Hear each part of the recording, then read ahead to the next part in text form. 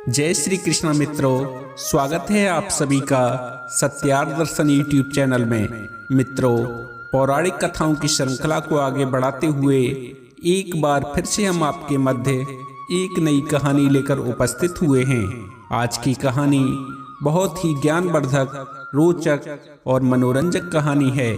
आज की कहानी एक ऐसी स्त्री की कहानी है जो अपने भाई से ही विवाह करना चाहती थी। कौन थी वो स्त्री और क्यों अपने भाई से विवाह करना चाहती थी, ये सारी बातें आपको आज की कहानी के माध्यम से पता चलेंगी। साथ ही आज की कहानी से आपको बहुत कुछ जानने और सीखने के लिए मिलेगा। आज की जो कहानी हम आपके लिए सुनाने वाले हैं उसके बारे में अधिकांश लोगों को पता नहीं है। आज जो हम आपके लिए पौराणिक कहानी लेकर के आए हैं वो कहानी है राक्षसों के गुरु शुक्राचार्य की पुत्री देवयानी के प्रेम प्रसंग और विवाह की कहानी। आज की कहानी बहुत ही रहस्य और रोमांच से भरी हुई है, इसीलिए आप सभी से अनुरोध है, कृपया वीडियो की समाप्ति तक आप हमारे साथ अवश्य बने रहें। तो चलिए साथियों, आपका और अधिक समय न लेते हुए सीधे आ जाते हैं आज की कहानी पर और आपको सुनाते हैं रहस्य और रोमांच की ये अद्भुत कहानी। साथियों, पौराणिक कथाओं से पता चलता है कि प्राचीन काल में देवताओं और राक्षसों के बीच में अपने वर्चस्व को लेकर अनेकों युद्ध हुए हैं। इन युद्धों में कभी देवता जीतते और कभी राक्षसों की विजय होती थी। लेकिन एक समय ऐसा आता है कि असुरों की शक्ति तेजी से बढ़ने लगती है। उसका कारण था कि राक्षसों के गुरु शुक्राचार्य को भगवान शिव के आशीर्वाद से मृत संजीवनी विद्या का ज्ञान मिल गया था। इस विद्या के कारण युद्ध क्षेत्र में जो राक्षस वीर गति को प्राप्त हो जाते थे, जो राक्षस मर जाते थे, उन राक्षसों को उनके गुरु शुक्राचार्य उन्हें फिर से जीवित कर देते थे। जब ऐसा होने लगता है तो देवताओं के लिए बहुत बड़ी समस्या बन जाती है। देवता सोचने लगते हैं जब कोई राक्षस मरेगा ही नहीं तो उन पर विजय कैसे प्राप्त होगी। देवताओं को ये समझ में ही नहीं आ रहा था कि इस समस्या का क्या उपाय किया जाए, क्योंकि देवताओं के गुरु बृहस्पति भी इस विद्या से अनजान थे, अर्थात वो भी इस विद्या के बारे में नहीं जानते थे। बहुत सोच विचार करने के बाद देव गुरु बृहस्पति को एक उपाय सूझा। उन्होंने अपने पुत्र कच्छ को अपने पास बुलाया। कच्छ बृहस्पति की तीसरी पत्नी ममता के पुत्र थे। गुरु बृहस्पति अपने पुत्र से कहते हैं कि पुत्र, समस्त देवता बड़े ही संकट में हैं और इस संकट से सभी देवताओं को केवल तुम ही निजात दिला सकते हो। कच्छ ने कहा, पिताजी वो कैसे? तो गुरु बृहस्पति बोले कि पुत्र, यदि किसी तरह तुम गुरु शुक्राचार्य से मृत संजीवनी विद्या का ज्ञान हासिल कर लेते हो तो फिर विजय हमारी ही होगी। कच्छ बोला, पिताजी गुरु शुक्राचार्य तो राक्षसों के रक्षक हैं, वो मुझे इस विद्या को क्यों सिखलाएंगे?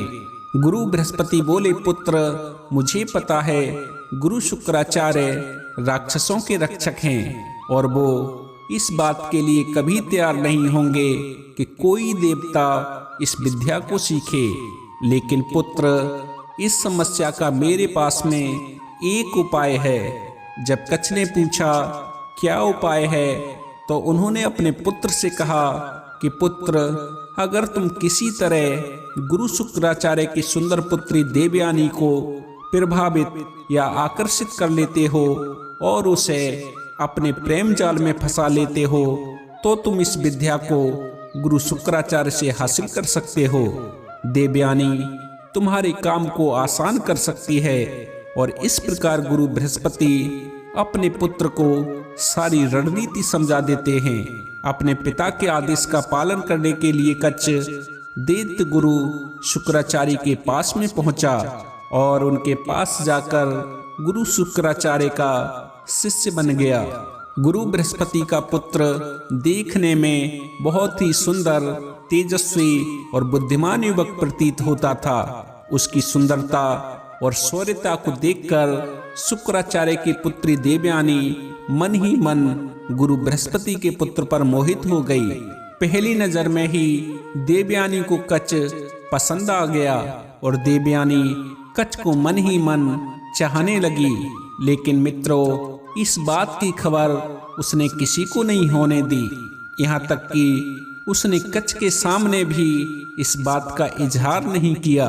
लेकिन किसी तरह इस बात का पता राक्षसों को चल गया कि देवताओं के गुरु बृहस्पति का पुत्र कच भेष बदलकर शुक्राचार्य से मृत संजीवनी विद्या की शिक्षा ग्रहण करने के लिए आया है।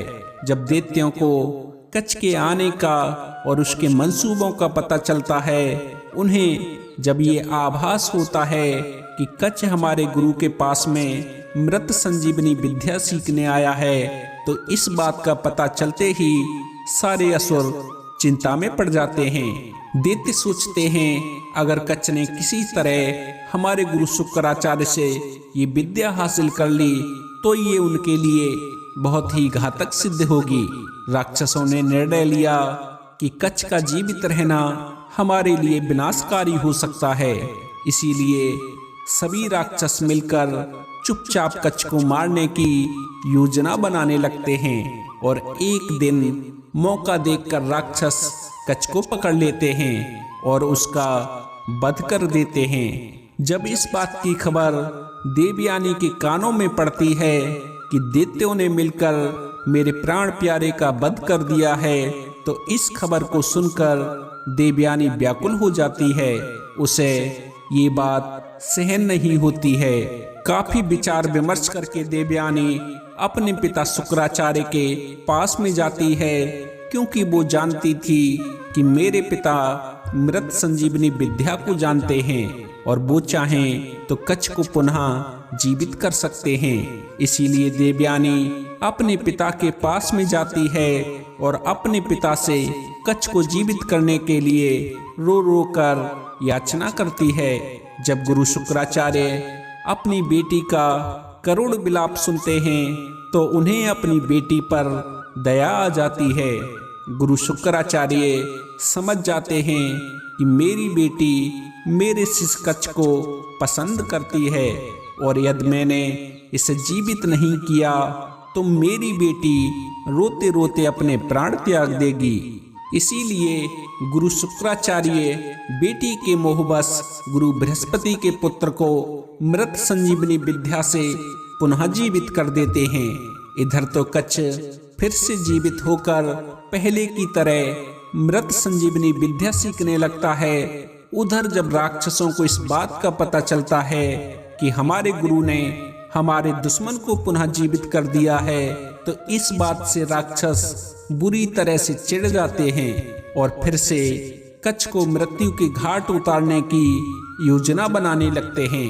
मित्रों, अगले दिन जैसे ही कच पूजा के फूल लेने के लिए जंगल को जाता है, तो घात लगाए बैठे राक्षस फिर से हमला कर देते हैं और एक बार पुनः कच की मृत्यु हो जाती है। जब दोबारा इस बात का पता देवयानी को चलता है कि राक्षसों ने मेरे होने वाले पति की हत्या कर दी है, तो देवयानी फिर से अपने पिता के पास में जाती है और अपने पिता से पुनः अपने प्रेमी के जीवन दान देने की गुहार लगाती है।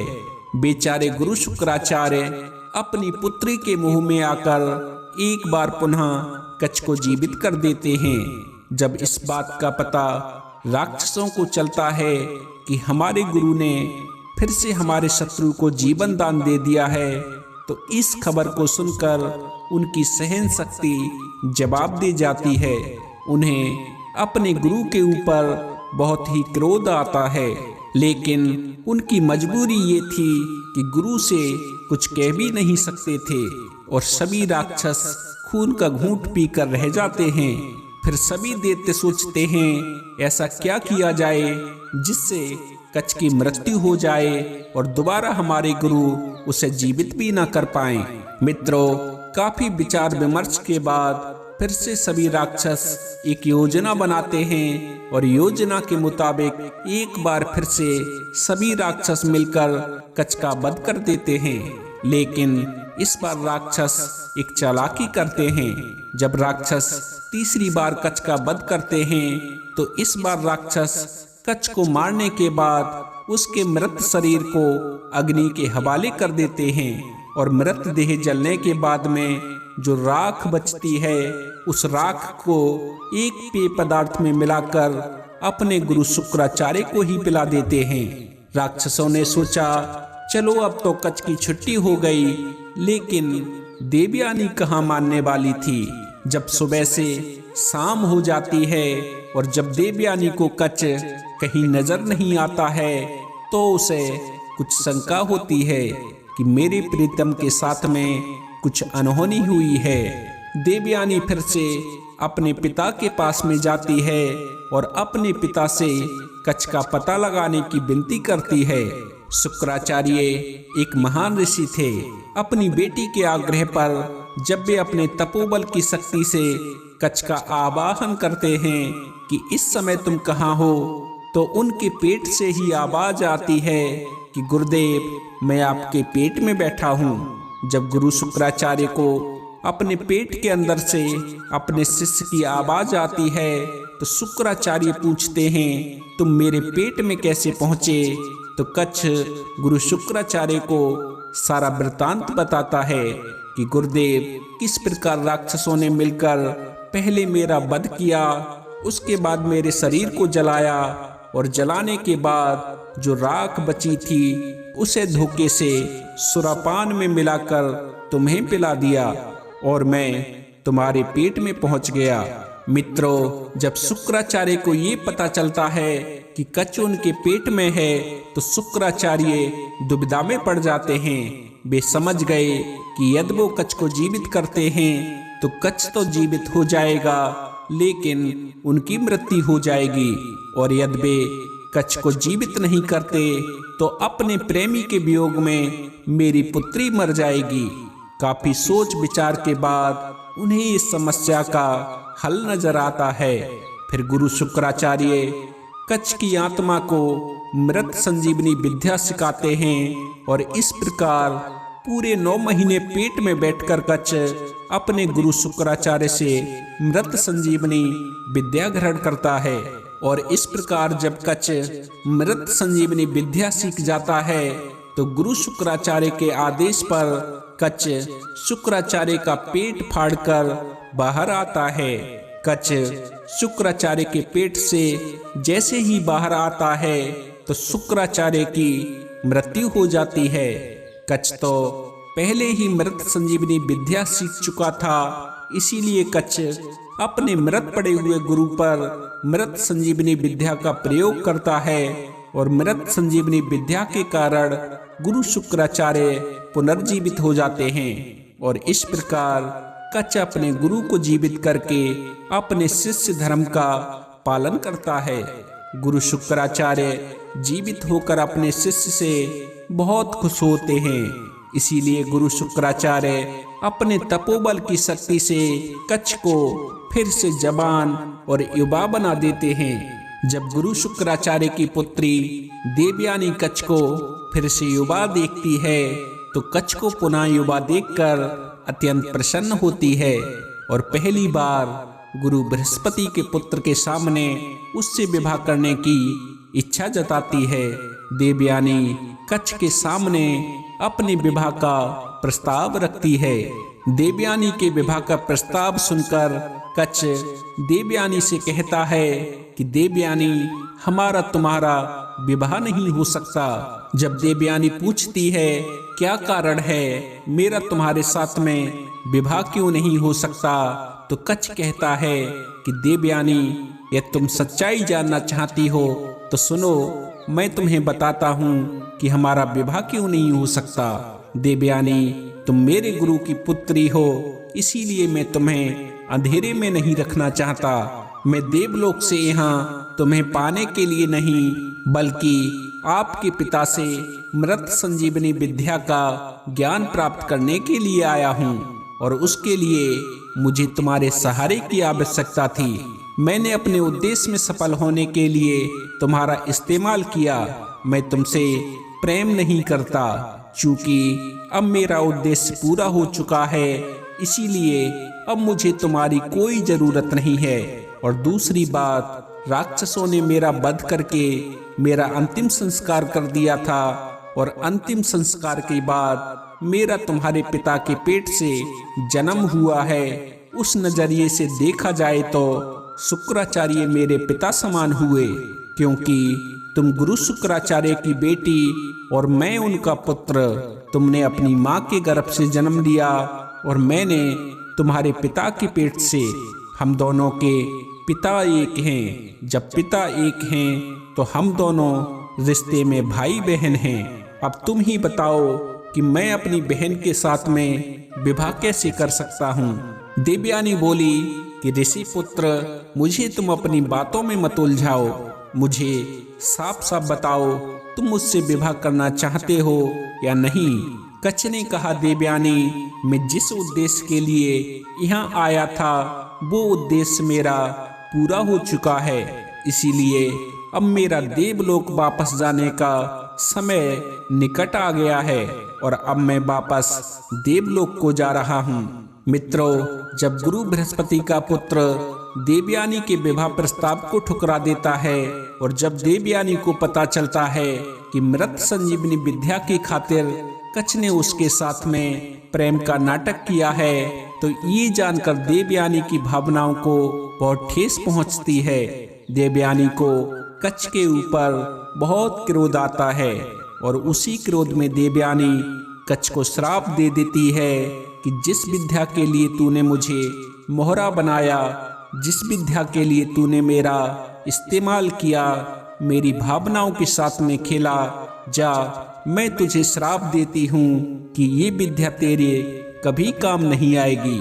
तू कभी भी मृत संजीवनी विद्या का प्रयोग नहीं कर पाएगा। मित्रों, कच्छ जब देवयानी के मुख से इन बातों को सुनता है तो चकित रह जाता है कि जिस विद्या की खातिर वो देवलोक से आया था, जिस विद्या को प्राप्त करने के लिए इतनी मेहनत की, देवयानी के एक श्राप के कारण वो विद्या कच्छ से छिन जाती है। इस बात से कच्छ भी देवयानी से बुरी तरह से चिढ़ जाता है और चिढ़कर कच्छ भी देवयानी को श्राप दे देता है कि हे दुष्ट लड़की, तूने एक ही पल में मेरी सालों की मेहनत पर पानी फेर दिया। जा, तुझे भी मैं श्राप देता हूँ कि जो तुझे पति मिलेगा, जिस भी पुरुष से तेरा विवाह होगा, उसका चरित्र बिगड़ जाएगा और वो तुझे छोड़कर दूसरी लड़की से विवाह करेगा। और ये श्राप देकर कच्छ खाली हाथ ही वापस देवलोक को चला जाता है। कच्छ के चले जाने के बाद देवयानी व्यथित मन से अपना जीवन गुजारने लगती है। मित्रों, एक बार की बात है कि दैत्यराज बृहस्पति की पुत्री राजकुमारी शर्मिष्ठा और गुरु शुक्राचार्य की पुत्री देवयानी अपनी सखियों के साथ अपने बाग में घूम रही थी। शर्मिष्ठा अति सुंदर राजपुत्री थी तो देवयानी असुरों के महागुरु शुक्राचार्य की पुत्री थी। दोनों सुंदरता के मामले में एक से बढ़कर एक कन्या थी, कोई भी किसी से कम न थी। जेठ मास के दिन थे, गर्मी का महीना था। वे सब की सब बाग में बने जलाशय में अपने वस्त्र उतारकर नहाने लगती हैं। होता ये है कि जब कच्छ देवयानी को छोड़कर देवलोक चला जाता है तो देवयानी एकदम से गुमसुम हो जाती है। पिता शुक्राचार्य जब अपनी पुत्री की ऐसी हालत देखते हैं तो उसका मन बहलाने के लिए राजा बृहस्पति के महलों में ले जाते हैं, जहां उसकी मुलाकात राजा बृहस्पति की पुत्री शर्मिष्ठा से होती है। दोनों ही कन्या हम उम्र थी, इसीलिए पहली ही मुलाकात में दोनों में मित्रता हो जाती है। राजा बृहस्पति गुरु शुक्राचार्य का बहुत ही सम्मान किया करते थे और उनको अपने राज्य में मुख्य सलाहकार के पद पर नियुक्त किया था। गुरु शुक्राचार्य राजा बृहस्पति के राजकाज से संबंधित सलाह दिया करते थे। इस कारण गुरु शुक्राचार्य का राजा के पास में रोज का आना जाना था। इस कारण देवयानी और शर्मिष्ठा में पहले पहचान और बाद में मित्रता हो जाती है।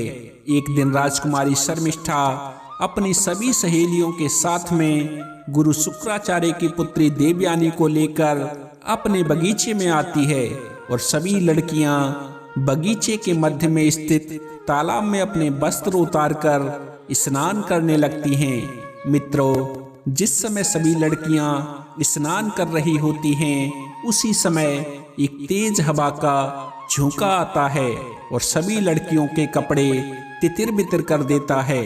ठीक उसी समय भगवान शंकर अपनी पत्नी पार्वती के साथ में उधर से जा रहे होते हैं। तालाब में नहाती हुई लड़कियों की नजर जैसे ही भोलेनाथ और मां पार्वती पर पड़ती है तो सभी लड़कियां तालाब से निकलकर अपने अपने कपड़े पहनने लगती हैं। और मित्रों, होता ये है कि जल्दबाजी में कपड़े पहनने की वजह से गुरु शुक्राचार्य की पुत्री देवयानी राजकुमारी शर्मिष्ठा के कपड़े पहन लेती है, क्योंकि हवा की वजह से सब लड़कियों के कपड़े पहले ही उलट पुलट हो गए थे। और दूसरा ये डर था कि कहीं भोलेनाथ की दृष्टि उनके नग्न शरीर पर ना पड़ जाए। इसीलिए लज्जा और भय के कारण देवयानी से ये भूल हो गई। जब शर्मिष्ठा ने ये देखा कि देवयानी ने उसके वस्त्र पहन लिए हैं तो उसने चिढ़कर कहा कि राजकुमारी के कपड़े पहनने से तुम राजकुमारी नहीं बन जाओगी। तुम्हारे पिता मेरे पिता के सेवक ही हैं, तो तुम भी सेविका ही हो। मित्रों, देवयानी एक अति सुंदर युवती थी। राजकुमारी के वस्त्र पहनने से उसकी सुंदरता और भी बढ़ गई थी। शर्मिष्ठा भी रूपवती थी, पर उसे देवयानी से स्त्री स्वभाव बस जलन हुई। स्नान करके लौटते समय गुस्से और जलन से भरी शर्मिष्ठा ने देवयानी को एक सूखे कुएं में धकेल दिया। और देवयानी को कुएं में धकेलने के बाद शर्मिष्ठा अपनी दासियों के साथ वापस अपने महलों में आ गई। मित्रों, जिस कुएं में राजकुमारी ने गुरु शुक्राचार्य की पुत्री को धकेला था वो बहुत गहरा नहीं था, इसीलिए देवयानी बच तो गई, लेकिन वो उस कुएं से बाहर नहीं निकल पाई। कुएं में गिरने से लगी चोट से करहाती देवयानी कुआं के अंदर से ही बचाओ बचाओ की गुहार लगाने लगी। संयोग बस उस समय उसी जंगल में युवा राजा ययाति शिकार खेल रहे थे। राजा ययाति महान प्रतापी राजा नहुस के पुत्र थे। जब ययाति कुएं के पास से गुजरे तो उन्हें कुएं के अंदर से आ रही देवयानी की करुण पुकार सुनाई दी। जब राजा ययाति के कानों में देवयानी की करुण पुकार सुनाई देती है तो राजा ययाति कुएं के पास में जाते हैं। क्योंकि कुआं ज्यादा गहरा नहीं था, इसीलिए ययाति देवयानी का हाथ पकड़कर कुआं से बाहर निकालकर देवयानी के प्राण बचाते हैं। मित्रों, राजा ययाति एक सुदर्शन पुरुष थे। उनके सुंदर व्यक्तित्व से प्रभावित होकर देवयानी प्रेम पूर्वक राजा ययाति से बोली कि हे आर्य पुत्र, आपने मेरा हाथ पकड़ाई है तो अब इसे छोड़िए नहीं। मैं आपको अपने पति के रूप में स्वीकार करती हूँ। आप भी मुझे पत्नी रूप में स्वीकार कीजिए। यद्यपि मैं ब्राह्मण पुत्री हूँ, किंतु गुरु बृहस्पति के पुत्र कच्छ के साप के कारण मेरा विवाह ऋषि कुमार के साथ नहीं हो सकता। इसीलिए आप मुझे अपनी तकदीर का भोग समझकर स्वीकार कीजिए। मित्रों, ययाति भी देवरानी के रूप और यौवन पर मुग्ध थे। जब उन्हें पता चला कि देवयानी गुरु शुक्राचार्य की पुत्री हैं तो वे दुविधा में पड़ गए। राजा ययाति ने देवयानी से कहा कि यद्यपि मैं तुमसे विवाह करना चाहता हूँ, पर गुरु शुक्राचार्य को ये संबंध स्वीकार नहीं होगा, इसीलिए मैं ये विवाह करने में असमर्थ हूँ। और ये कहकर राजा दुखी मन से देवयानी से विदा लेकर आगे बढ़ जाता है। मित्रों, देवयानी तो पहले ही दुखी थी जब उसे जीवन में दोबारा तिरस्कार और अपमान सहना पड़ता है, तो ब्राह्मण कन्या दुख के सागर में डुबकियां लगाने लगती है। राजा ययाति के जाने के बाद देवयानी अपने घर नहीं जाती है और वहीं कुएं की मन पर बैठकर रोती रहती है।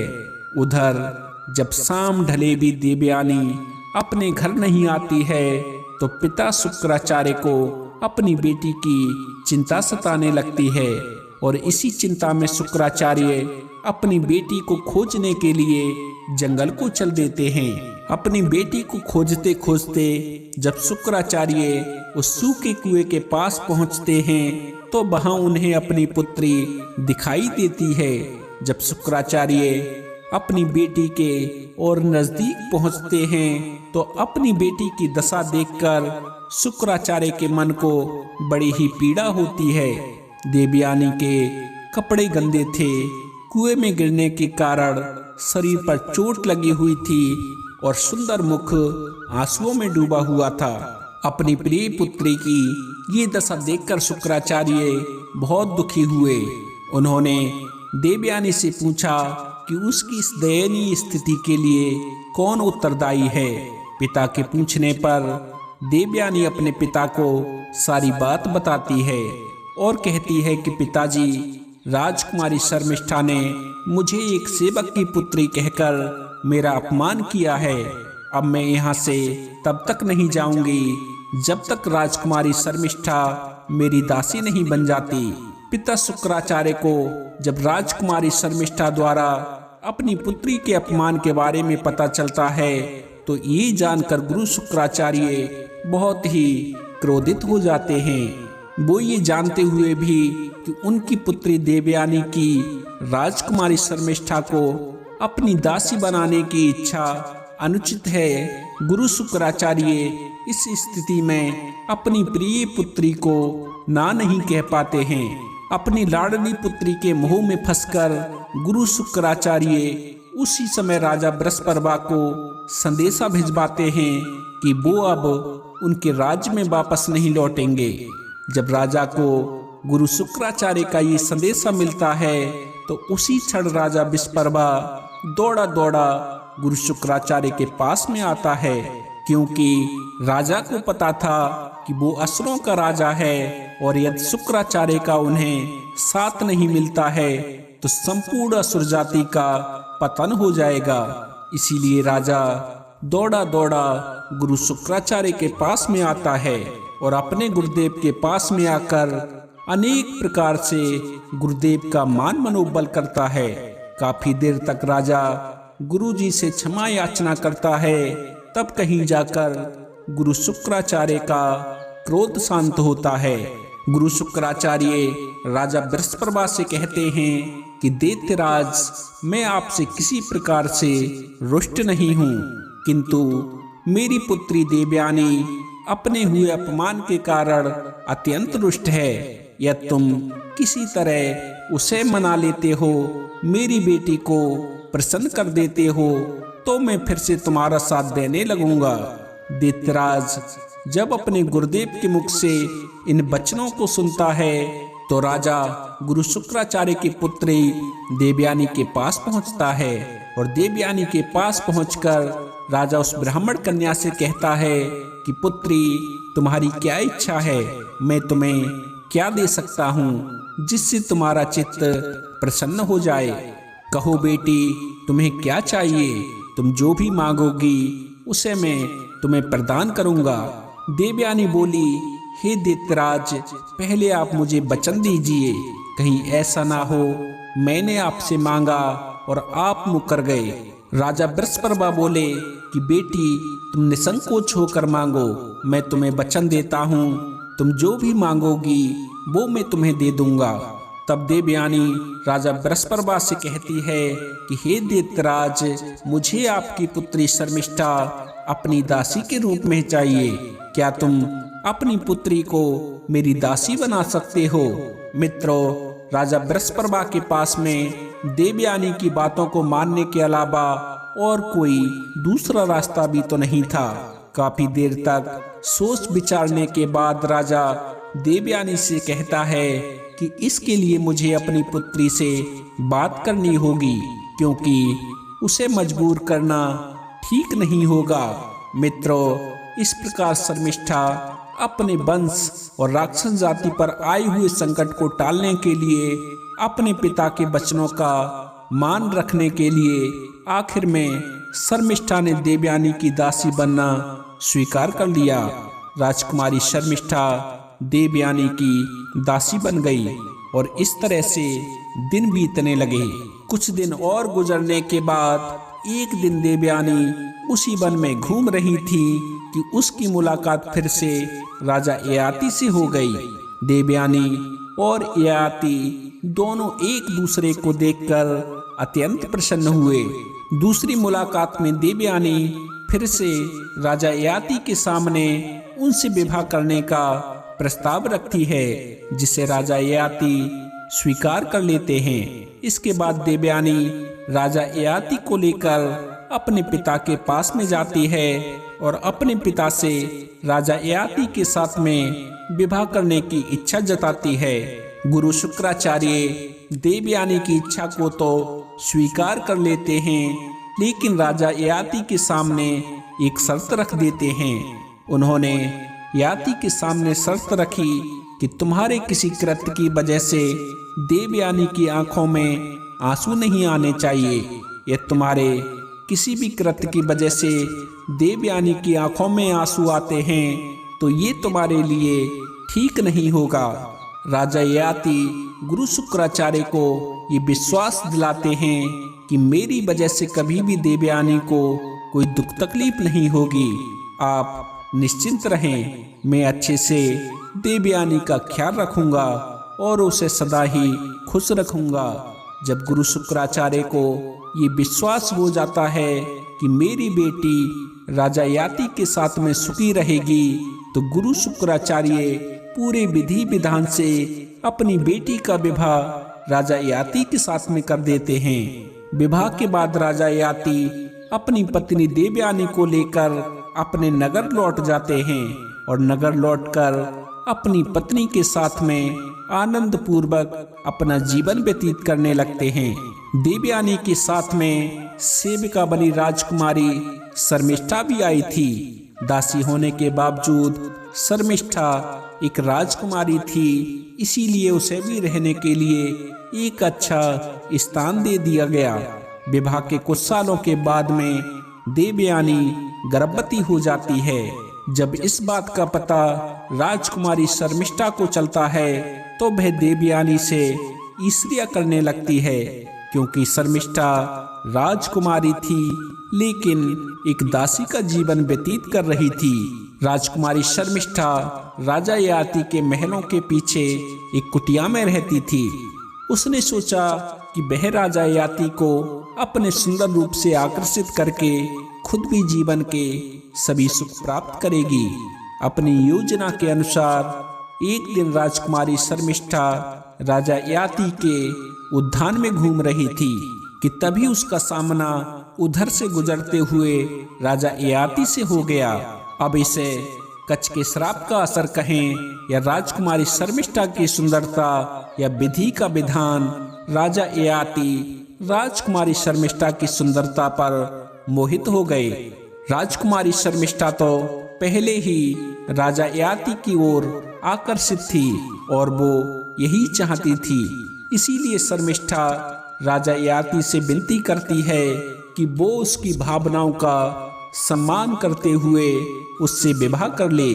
मित्रों, चाहता तो राजा ययाति भी ऐसा ही था, लेकिन वो ये जानते थे कि इस बारे में देवयानी को जब पता चलेगा तो वह बहुत ही क्रोधित होगी। देवयानी को कष्ट हुआ तो गुरु शुक्राचार्य क्रोधित हो जाएंगे।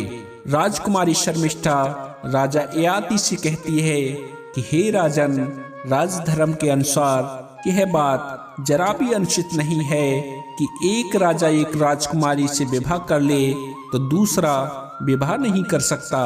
अगर दोनों के मन में एक ही भाव हो तो ये बिल्कुल भी अनुचित नहीं है। हम दोनों के मन में एक ही भावना है, इसीलिए हमें निसंकोच होकर विवाह कर लेना चाहिए। आखिरकार राजा ययाति शर्मिष्ठा की बातों से निरुत्तर हो जाते हैं और इस प्रकार राजा ययाति और राजकुमारी शर्मिष्ठा गुपचुप तरीके से गंधर्व विवाह कर लेते हैं और इस बात का पता किसी को नहीं चलता है। धीरे धीरे समय गुजरने लगता है। जब देवयानी का गर्भकाल पूरा होता है तो देवयानी के गर्भ से 2 पुत्रों का जन्म होता है, जिनका नाम यदु और तुर्बसु रखा गया। उधर शर्मिष्ठा की कोख से भी 3 संतानें जन्म लेती हैं। उनके नाम राजा ययाति दुर्हु, पुरु और अनु रखते हैं। जब देवयानी को ये पता चलता है कि शर्मिष्ठा के बच्चों का पिता कोई और नहीं बल्कि राजा ययाति हैं और राजा ने मुझे धोखा दिया है, तो ये जानकर देवयानी बहुत ही दुखी होती है और जाकर सारी बातें अपने पिता शुक्राचार्य को बताती है। शुक्राचार्य को जब इस बात का पता चलता है तो गुरु शुक्राचार्य क्रोधित हो जाते हैं और उसी क्रोधाग्नि में शुक्राचार्य राजा ययाति को ये श्राप दे देते हैं कि वो तुरंत ही एक वृद्ध पुरुष बन जाए।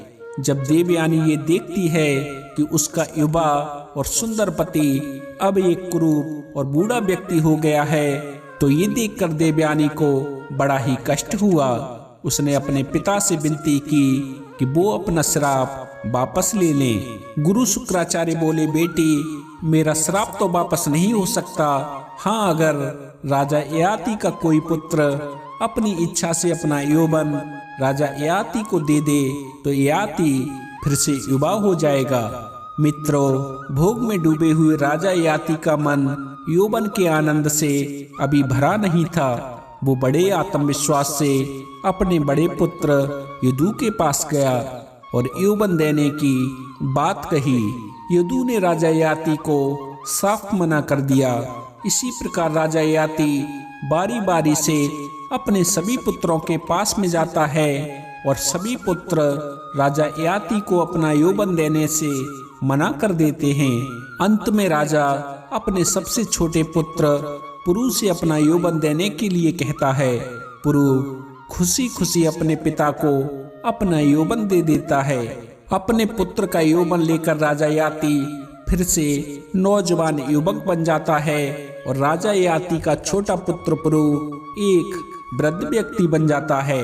इस प्रकार राजा ययाति पूरे 100 सालों तक आनंद पूर्वक अपने यौवन का उपभोग करते हैं।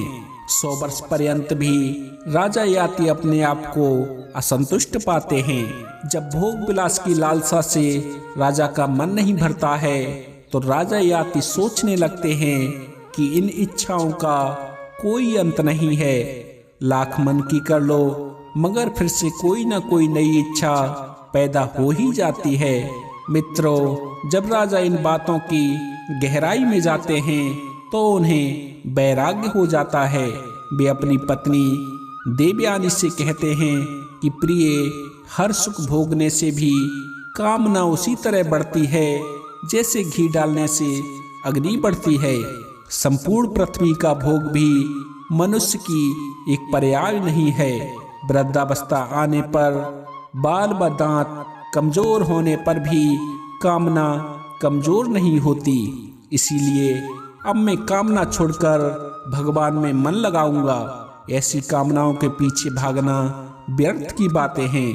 मित्रों, इसके बाद राजा ययाति अपने छोटे पुत्र के पास में जाते हैं और पुरु के पास में जाकर उसका यौवन उसे वापस कर देते हैं और कहते हैं कि पुत्र, तुम मेरे सच्चे बेटे हो जिसने मुझे खुशी खुशी अपना यौवन दान कर दिया। राजा ययाति के इन वचनों को सुनकर राजकुमार कहता है कि अपने पिता की आज्ञा का पालन करना तो एक पुत्र का धर्म होता है। ये मेरा कर्तव्य था। आप अगर चाहें तो कुछ समय और आनंद भोग करें, मुझे कोई कष्ट नहीं है। राजा ययाति ने अपने पुत्र के मुख से राजा ययाति जब अपने पुत्र के मुख से इन बातों को सुनते हैं तो उन्हें बड़ी गिलानी होती है। इसके बाद राजा ययाति अपने पुत्र पुरु से अपनी वृद्धावस्था वापस लेकर उसकी युवावस्था उसको लौटा देते हैं। राजा याति अपने पुत्र पुरु की उदारता से बहुत ही प्रभावित होते हैं। इसीलिए राजा याति अपने छोटे पुत्र को अपना उत्तराधिकारी घोषित कर देते हैं और अपने छोटे पुत्र को अपने राज्य का राजा बनाकर अपनी दोनों रानियों को अपने साथ में लेकर वन को चले जाते हैं और वन में जाकर परम पिता परमात्मा की तपस्या करने लगते हैं। मित्रों, आगे चलकर राजा याति के इन 5 पुत्रों ने 5 महानतम वंशों का निर्माण किया।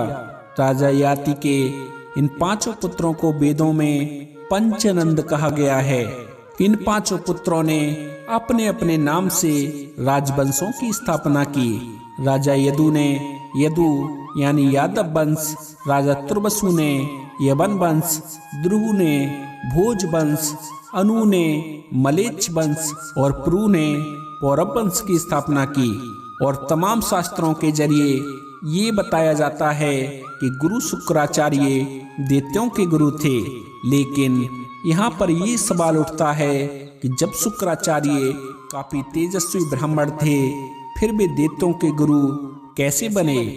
मित्रों, जब ये सवाल हमारे जहन में आता है तो अधिकांश लोगों को इसके बारे में नहीं पता है कि शुक्राचार्य ऋषि पुत्र होने के बावजूद दैत्यों के गुरु कैसे बने। मित्रों, इसका जवाब हम एक पौराणिक कथा के जरिए आपको बतलाते हैं। पौराणिक कथा के अनुसार गुरु शुक्राचार्य महर्षि भृगु के पुत्र और भगवान विष्णु के भक्त प्रहलाद के भांजे थे।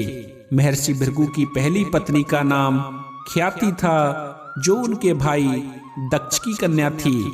महर्षि भृगु को ख्याति से 2 पुत्र और 1 बेटी लक्ष्मी का जन्म हुआ। उन्होंने लक्ष्मी का विवाह भगवान विष्णु से कर दिया। एक कथा के अनुसार गुरु शुक्राचार्य का जन्म शुक्रवार को हुआ था, इसीलिए महर्षि भृगु ने इनका नाम शुक्र रखा था। जब शुक्र थोड़े से बड़े हुए तो इनके पिता ने उन्हें ब्रह्म ऋषि अंगिरस के पास शिक्षा के लिए भेज दिया। अंगिरस ब्रह्मा के मानस पुत्रों में सर्वश्रेष्ठ थे और एक उनके पुत्र बृहस्पति थे, जो बाद में देवों के गुरु बने। अंगिरस के पास उनके पुत्र बृहस्पति के साथ ही शुक्राचार्य भी पढ़ते थे। माना जाता है कि शुक्राचार्य की बुद्धि बृहस्पति की तुलना में ज्यादा कुशाग्र थी, लेकिन फिर भी अंगिरस के पुत्र होने की वजह से बृहस्पति को ज्यादा अच्छी शिक्षा मिलती थी। या कहें कि ऋषि अंगिरस शुक्राचार्य को अपने पुत्र की तुलना में विद्या सिखाने में पक्षपात करते थे, जिसके चलते एक दिन शुक्राचार्य अंगिरस के आश्रम को छोड़कर चले गए और ऋषि गौतम को अपना गुरु बना लिया और गौतम ऋषि के आश्रम में रहकर गौतम ऋषि से शिक्षा प्राप्त करने लगे। जब उनकी शिक्षा पूर्ण हुई, शिक्षा पूर्ण होने के बाद जब शुक्राचार्य को ये पता चलता है कि देवों ने बृहस्पति को अपना गुरु नियुक्त किया है, तो उन्होंने भी इसलिए बस मन में दैत्यों के गुरु बनने की ठान ली। लेकिन उसमें सबसे बड़ी बाधा दैत्यों का देवों के हाथों हमेशा मिलने वाली पराजय थी। इस बाधा को दूर करने के लिए शुक्राचार्य मन ही मन ये सोचने लगे कि अगर वे भगवान शिव को प्रसन्न करके उनसे संजीवनी मंत्र प्राप्त कर लेते हैं तो वे दैत्यों को विजय दिलवा सकते हैं। इसके बाद उन्होंने भगवान शिव की कठोर तपस्या शुरू कर दी। उधर देवों ने मौके का फायदा उठाकर दैत्यों का संहार आरंभ कर दिया। शुक्राचार्य को तपस्या में जानकर दैत्य उनकी माता की शरण में चले गए। मित्रों, गुरु शुक्राचार्य की माता जी ख्याति योग शक्ति संपन्न एक तेजस्वी महिला थी। ख्याति ने दैत्यों को शरण दी और जो भी देवता ख्याति को मारने आता वे उसे मूर्छित कर देती या फिर अपनी शक्तियों से लकवाग्रस्त कर देती। ऐसे में दैत्य बलशाली हो गए और धरती पर पाप बढ़ने लगा। तब धरती पर पुनः धर्म की स्थापना के लिए भगवान विष्णु ने शुक्राचार्य की मां ख्याति का सिर अपने सुदर्शन चक्र से काट दिया। जब इस बात का पता शुक्राचार्य को लगा तो उन्हें भगवान विष्णु पर बड़ा क्रोध आया और उन्होंने मन ही मन उनसे बदला लेने की ठान ली। वो एक बार फिर से भगवान शिव की तपस्या में लीन हो गए और कई सालों की घोर तपस्या के बाद भगवान शिव ने उन्हें संजीवनी विद्या का मंत्र दे दिया। फिर शुक्राचार्य ने अनेकों राज्यों को पुनः स्थापित करके अपनी मां की मृत्यु का बदला लिया। ऐसा माना जाता है कि तब से शुक्राचार्य और भगवान विष्णु एक दूसरे के शत्रु बन गए। लेकिन ये कथा यहीं समाप्त नहीं होती।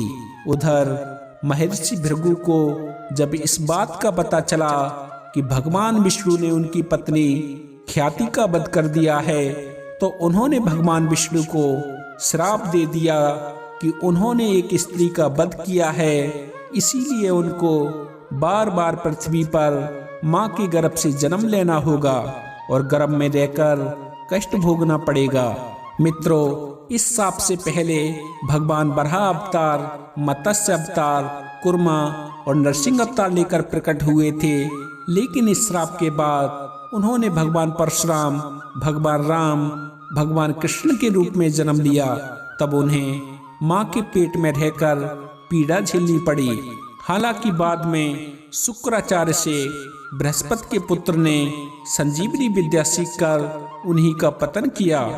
गुरु शुक्राचार्य के बारे में कुछ बातें इस प्रकार से भी कही जाती हैं कि एक समय जब विष्णु अवतार वामन ने ब्राह्मण बनकर राजा बलि से 3 पग धरती दान में मांगी तो उस वक्त शुक्राचार्य बलि को सचेत करने के उद्देश्य से अपना सूक्ष्म रूप बनाकर जलपात्र की टोंटी में बैठ गए। जब जलपात्र से बाहर नहीं आया तो भगवान विष्णु समझ गए। भगवान ने जलपात्र की टोंटी में एक सिरकी डाली जिससे इनकी एक आंख फूट गई। तब से इनका नाम एकच्छता का धोतक हो गया।